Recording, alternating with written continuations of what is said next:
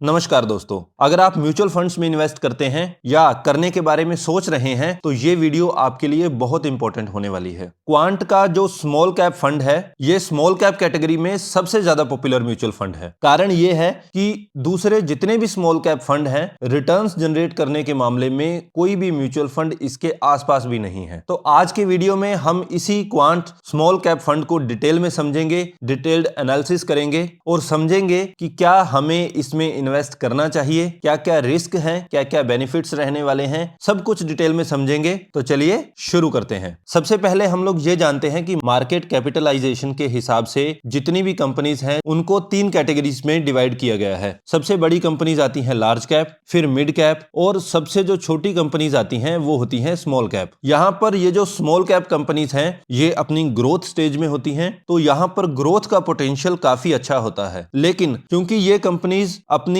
Initial stage पर हो सकती हैं, तो यहां पर रिस्क जो है वो काफी ज्यादा होता है। ये जो हमारा क्वांट स्मॉल कैप फंड है, ये स्मॉल कैप कैटेगरी का फंड है, यानी कि स्मॉल कैप की कंपनीज में ज्यादा इन्वेस्ट किया जाता है और ये वेरी हाई रिस्क कैटेगरी में आता है। किसी भी म्यूचुअल फंड में इन्वेस्ट करने से पहले हम सबसे पहले उस म्यूचुअल फंड की पास्ट परफॉर्मेंस को ट्रैक करना जरूरी समझते हैं, क्योंकि उसी से हमें एक आइडिया होता है कि वो जो फंड मैनेजर है जो इस फंड को मैनेज कर रहा है, क्या वो लगातार कंसिस्टेंटली हमें अच्छी रिटर्न्स जनरेट करके दे पा रहा है या नहीं। तो सबसे पहले हम लोग पास्ट परफॉर्मेंस का ही एनालिसिस करते हैं। पिछले एक साल में क्वांट स्मॉल कैप फंड ने 71.91% जो है रिटर्न जनरेट करके दी है। 71.91% एक मैसिव रिटर्न है। आपका पैसा लगभग दुगना हो चुका है एक ही साल में। ये तो हो गया बहुत ही शॉर्ट टर्म के लिए। थोड़ा लॉन्ग टर्म एनालिसिस भी अगर हम करते हैं तो हम देखते हैं 3 साल के लिए अगर हम देखें तो 3 साल में लगातार हर साल ये जो म्यूचुअल फंड है ये 40% रिटर्न्स जो है आपको जनरेट करके दे पाया है। थोड़ा और लॉन्ग टर्म के लिए देखते हैं, 5 साल के लिए अगर हम देखते हैं तो 5 साल में भी सेम ही सिचुएशन रहने वाली है। 5 साल में भी ये म्यूचुअल फंड जो है 40.62% एनुअली रिटर्न जो है वो जनरेट करके दे पाया है। तो 40% रिटर्न का मतलब है लगभग हर साल आपका पैसा 1.5 गुना हो चुका है। तो पास्ट परफॉर्मेंस के मामले में तो ये म्यूचुअल फंड बहुत ही अच्छा दिखाई दे रहा है। कुछ और बेसिक्स जान लेते हैं। सबसे पहले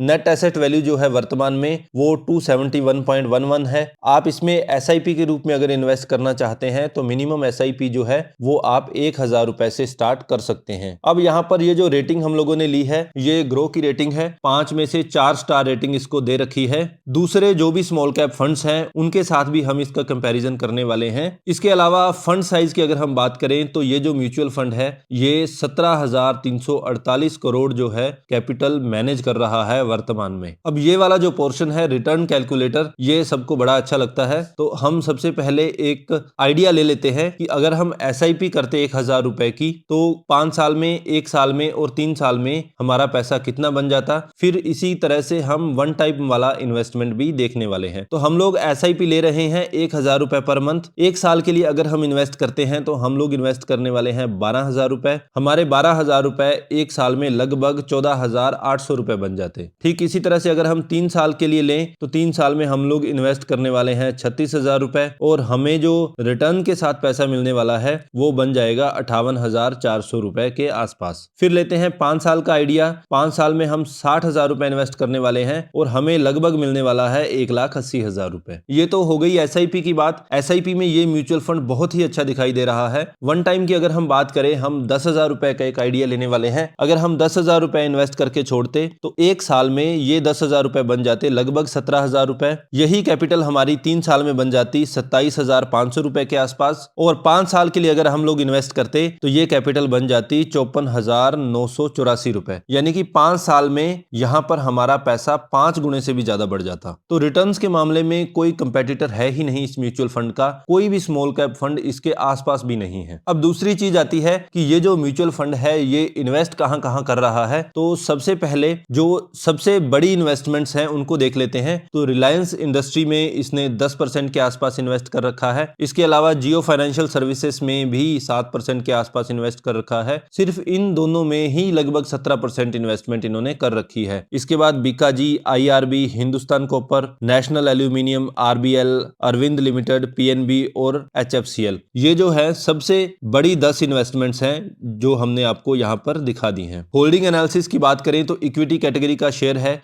इक्विटी में यहाँ पर 95.7% इन्वेस्टमेंट इन्होंने कर रखी है। कुछ पोर्शन जो है ये वाला 2.8% जो है ये इन्होंने कैश की फॉर्म में रख रखा है। कैश की फॉर्म में म्यूचुअल फंड्स अक्सर इसलिए पैसा रखते हैं कि मार्केट में कोई टेम्पररी डाउनफॉल अगर आता है तो उसका बेनिफिट ये उठा सकें, उस समय ये अपनी इन्वेस्टमेंट्स कर सकें। इसके अलावा कुछ छोटा सा पोर्शन जो है 1.5% जो है ये इन्होंने ले रखा है डेट इंस्ट्रूमेंट्स में। सेक्टर एलोकेशन की बात करें तो लगभग सारे सेक्टर्स में ही इन्होंने इन्वेस्टमेंट कर रखी है। ये जो मिक्स्ड सेक्टर है यहाँ पर 20% हो चुकी है लगभग। Financial, energy, metal, construction, health care, services, consumer staples, तो सारी कैटेगरीज में इन्होंने इन्वेस्टमेंट्स कर रखी हैं। इस पाई चार्ट से आप समझ सकते हैं कि इन्वेस्टमेंट्स जो हैं बहुत ही प्रॉपरली डाइवर्सिफाई कर रखी हैं। इस म्यूचुअल फंड में अगर आप इन्वेस्टमेंट करने वाले हैं तो फर्स्ट इन्वेस्टमेंट जो है वो मिनिमम 5,000 रुपए की करनी होती है। उसके बाद आप 1,000 रुपए या उसके मल्टीपल में जितनी भी इन्वेस्टमेंट चाहे उतनी कर सकते हैं। एसआईपी की बात करें तो मिनिमम आप 1,000 रुपए की एसआईपी इस म्यूचुअल फंड में शुरू कर सकते हैं। अब इसी कैटेगरी के जो दूसरे म्यूचुअल फंड्स हैं उनके साथ एक कंपैरिजन कर लेते हैं। इस म्यूचुअल फंड की अगर हम बात करें तो एक साल में इस म्यूचुअल फंड ने लगभग 72% रिटर्न्स जनरेट किए हैं और स्मॉल कैप कैटेगरी का अगर हम एवरेज निकालते हैं तो वो रहा है 57%। 3 साल में इन्होंने 40% रिटर्न्स जनरेट करके दिए हैं। कैटेगरी का एवरेज रहा है 28%। 5 साल में इन्होंने दिए हैं 40% और कैटेगरी का एवरेज रहा है 27%। तो आप देख सकते हैं कि लगातार इस म्यूचुअल फंड ने अपनी कैटेगरी के एवरेज को बीट किया है और ना सिर्फ बीट किया है, लगभग 1.5 गुने का फर्क है।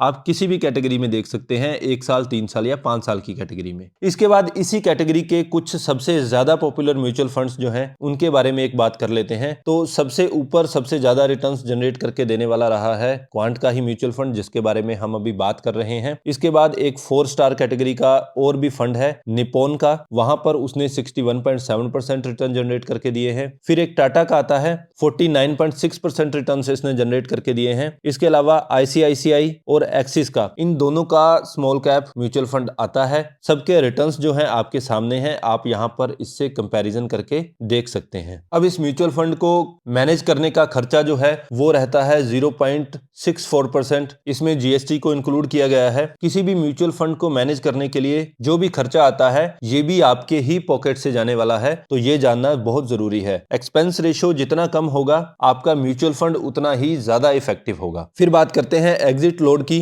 अगर आप इन्वेस्ट करने के 1 साल के अंदर अंदर इस म्यूचुअल फंड से विड्रॉ कर लेते हो तो उस केस में आपको एग्जिट लोड देना होता है 1%। इसके साथ साथ स्टैंप ड्यूटी है जो रहती है 0.005%। टैक्स इंप्लीकेशंस की अगर हम बात करें तो 1 साल से पहले अगर आप रिडीम कर लेते हैं तो आपको टैक्स देना होता है 15% और 1 साल के बाद की अगर हम बात करें तो वहां पर long term capital gain apply होता है और long term capital gain 1 lakh तक कुछ भी आपको नहीं देना होता है और 1 लाख से ज्यादा जो भी आप long term capital gain earn करेंगे वहां पर आपको देना होता है 10% टैक्स। तो ये था एक detailed analysis quant small cap fund के बारे में। आई होप इस म्यूचुअल फंड के बारे में आपके जो भी डाउट्स हैं वो क्लियर हो चुके होंगे। फिर भी अगर आपका कोई डाउट हो, कोई क्वेरी हो तो आप हमसे कमेंट बॉक्स में पूछ सकते हैं या डिस्क्रिप्शन बॉक्स में दिए गए लिंक्स का प्रयोग करके आप हमसे डायरेक्ट कांटेक्ट भी कर सकते हैं। हमारे कंटेंट के लिए अगर आप हमें अप्रिशिएट करना चाहते हैं तो please like and share the video and don't forget to subscribe the channel. Thank you so much.